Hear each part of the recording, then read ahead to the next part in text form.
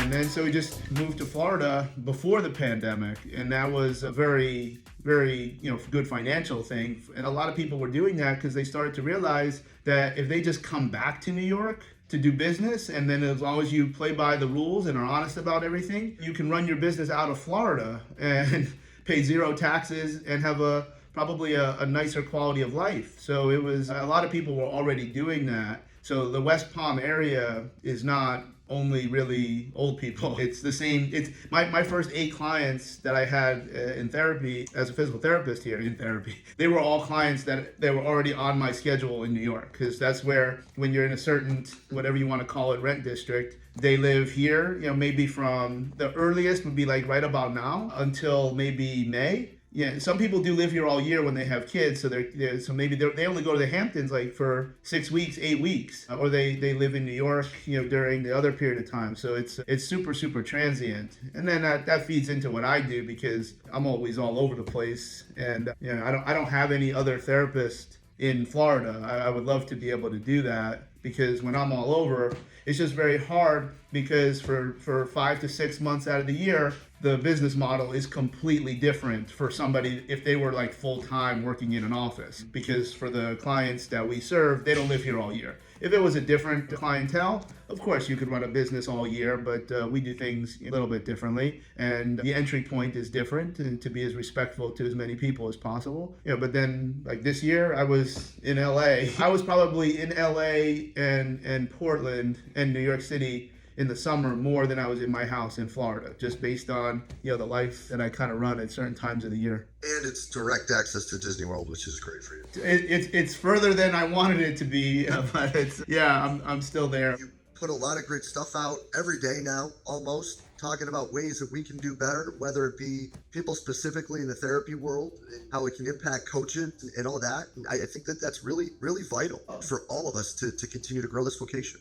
Part of what you're recognizing, so we're filming this in late October. So probably over the last couple months, we made a significant strategy, to be more involved, or not more, because there's a whole long story that how this all tracks to. But what we're doing on social media is all very, very intended. And I've gone back to study, quite a bit about internet marketing, et cetera, et cetera. And one of the things that like when you try and describe what it is that you're seeing, it's because my niche, which is a big thing for people to understand when you want to do well on social media, you have to target a very confined audience. But my vision, and this is one of the few things I'll say. So here's my new line. I'm going to say this with all humility and all hubris involved. That means I can say whatever I want. The one thing that I feel okay saying about myself is that I have very, very wide peripheral vision, meaning I see things and I have a little bit of skill set in a lot of different things, and it broadens my niche. And I just hope that when we see different snippets or different messages, there is a very, very strong red thread that goes through everything. And no matter what, whether I'm talking about business, whether I'm talking about what someone else calls training or what someone else calls rehab, or whatever the topic is, there's a significant thread, including talking about Disney, which at this moment is the last post that we put up there. So it's very cool that you recognize that. Yeah, and I think that the tie-in to everything that we're doing there, other than Disney and pro wrestling, the idea of training and rehab. And that's really going to be the main themes event with so many people that work through that translucent line of training and rehab. Yeah. So I guess that the big question for me, and one that selfishly I think we talk about probably the most, is that blurred line. And I think that it translates into everything, right? From readiness and preparedness and trainability evaluations to pre-training screening to your return to sport to preparation to all of it. I think that confusion or that translucence that some people may or may not recognize, it is something that has become kind of fake confusion in a sense with what we do. I think a lot of this might funnel into a sociological message, meaning this is just my view, there's no right or wrong. I think I'm correct, but that doesn't mean I have to be. I think there's a very undeniable component to all of that. The undeniable component that kind of blurs like what you say, but I would say obliterate. Like, as you know, I would probably say training and rehab is the same. Like that was a catchy thing from 2009, when I came out with the first DVD, which no one ever has anymore. But the laws of biology and physics govern everything. Like the laws of biology and physics are not different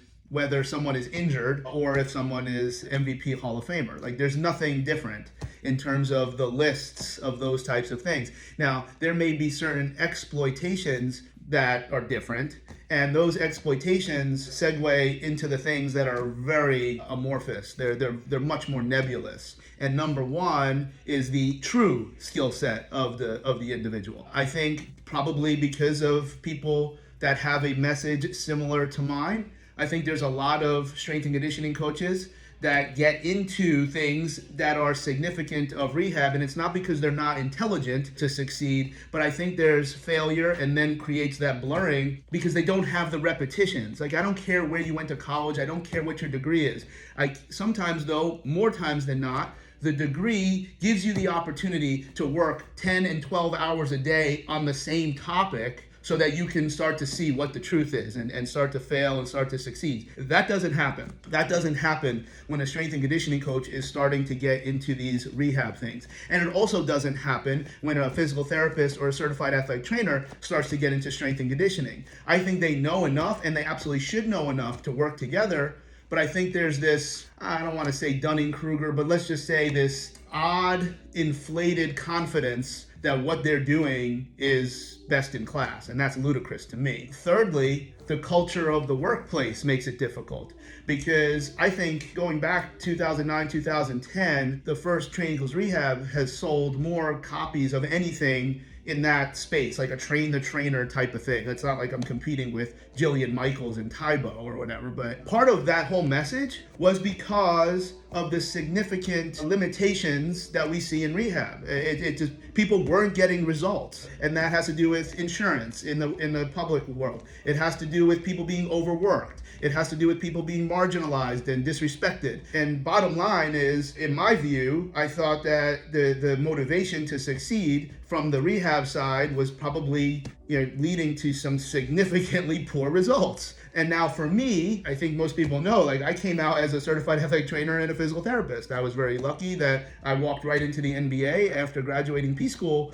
but I was always a competitive power lifter. So I'm like this Texas high school coach when it came to my foundation. But remember, when you're a power lifter, you care. Like, you understand training, because when you put big wheels on your back, something really, really bad can happen. So you kind of understand the threshold of going back to the laws of biology of specific adaptation to imposed demand. And you have to get right up to the barrier of something most medical folks don't understand because they were never athletes to begin with.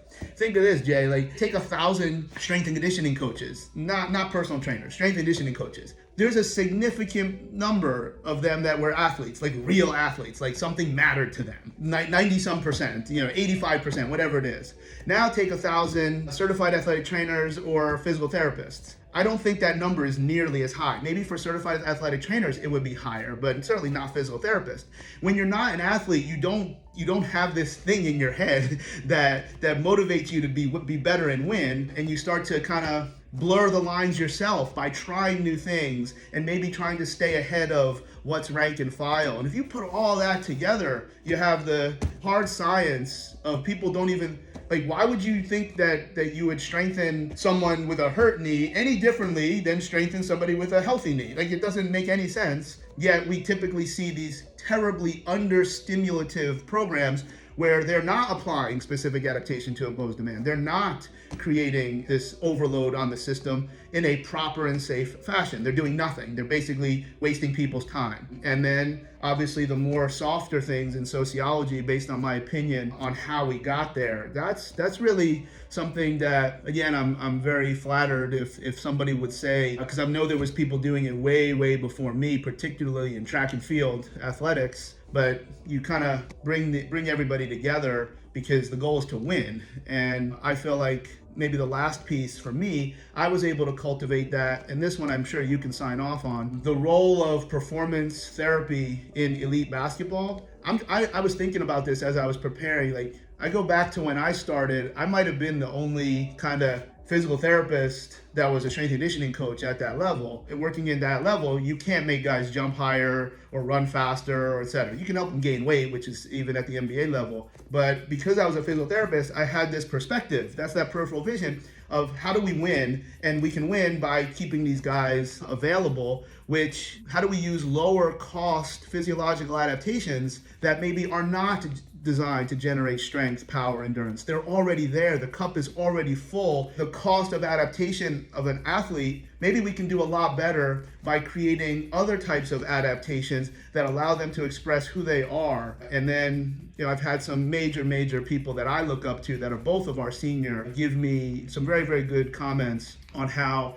probably because of the social media presence even back then, how we've made this impact on how people look at performance. And I think that's maybe a good way to say thank you for recognizing that, and to others, because I'm not the only one. And that's very, very important. I hope people remember that I say that. I am not the only one. But that was maybe one story I'll tell you. I know he doesn't have a significant role in the pantheon of strength and conditioning, but Pavel Tsatsouline, and if I'm wrong, that's great, because I don't know why he wouldn't. He's somebody I really, really look up to. A mentor. I always say they're my older brothers. And Pavel doesn't come out very often, and one of the things that I'm really cool about saying is like, hey, I'm gonna be in town, and yeah, let's go get coffee. And so you're right across the street from where he lives in Santa Monica. There's a Pete's, and he said, so this is a long time ago, and that's actually where the first time he taught me a lot about anti-glycolytic training.